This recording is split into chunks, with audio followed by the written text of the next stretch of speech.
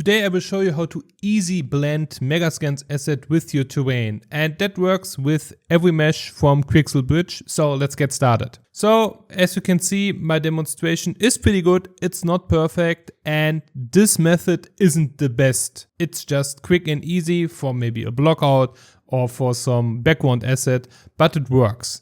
So what we will do is basically modifying the base material from Megascans to give it a little edge blend, and it's really hard to see on camera, so try it for yourself, it works, but yeah, it's hard to capture. To get started, we first need some assets. If you don't have any, make sure to just go to Quick Add and Quixel Bridge. Also make sure to check out the video I made for this, and go to your local content and yeah, import whatever you want or download something if you want. It makes sense to have something from roughly the same biome. So I use this forest floor and this mossy forest boulder because they are roughly in the same biome and they can blend really nicely. So to get the blend to work, we just go on the asset, double click our material. So when we have our forest boulder material, we just go down until we see the parrot material, we double click it, transform every object into a 3D model with my ultimate introduction to photogrammetry course. I cover every step from setting up the studio to capturing the object until the export of the hyperpoly. You also get all the raw images and scans. Make sure to click one of the links below and get started with photogrammetry today.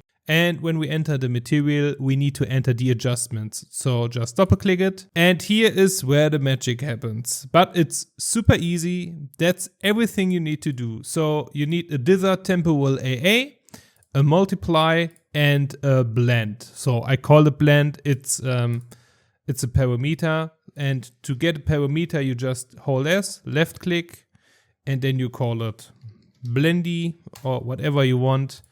You get a multiply by holding M, left click, put it into the B slot, and then right click and search for dither, hit enter, and then you have your dither temporal AA, put it into A, and then you just need to drag and drop it into the pixel depth offset of both functions, so here and here.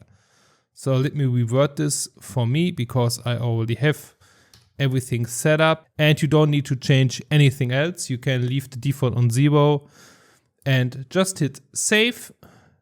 Let it save. This can take a second because it's a master material. Close it, hit yes. And if you now go back into your material, under the global scalar parameter values, you have blend. And as you can see here in a preview, it's creating a little shadow. So don't overdo it. If you put it on 5, your whole mesh can go, yeah, funky, strange colors, and it can look broken. So I would say somewhere between 0.1 and 0.6 is completely fine. Let me put it on 0.5. Let's hit save, and let's see if we can zoom in a little bit and see if we can get it to work. So let's see, that's our edge. And if we put it on 0, yeah, we can see a difference. So I hope you guys can see it too. If you don't see any effect, make sure to maybe rearrange the mesh a little bit. So maybe push it a little bit more into the ground or pull it a little bit out. And also you want to make sure to roughly give it the same color as the ground.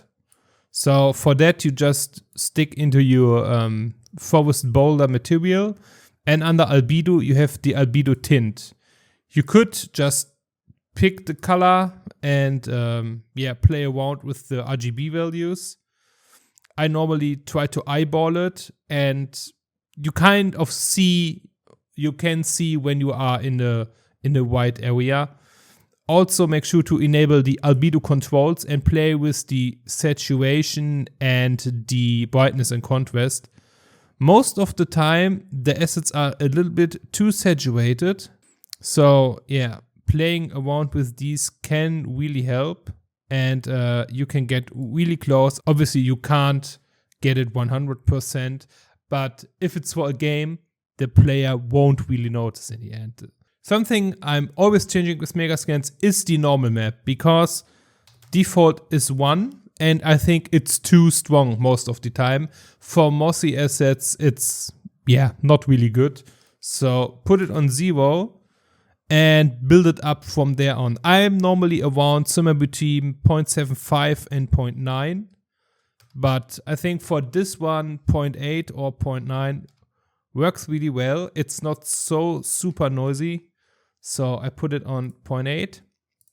And yeah, we have quite a good blend going on here. So that works really well. And if you never used Quixel Bridge before, or you want to see how you can import meshes from Quixel Bridge into Unreal Engine, because there are multiple ways how you can do it, you really should check out this video where I teach you all the ways on how to import scans from Quixel Bridge into Unreal Engine.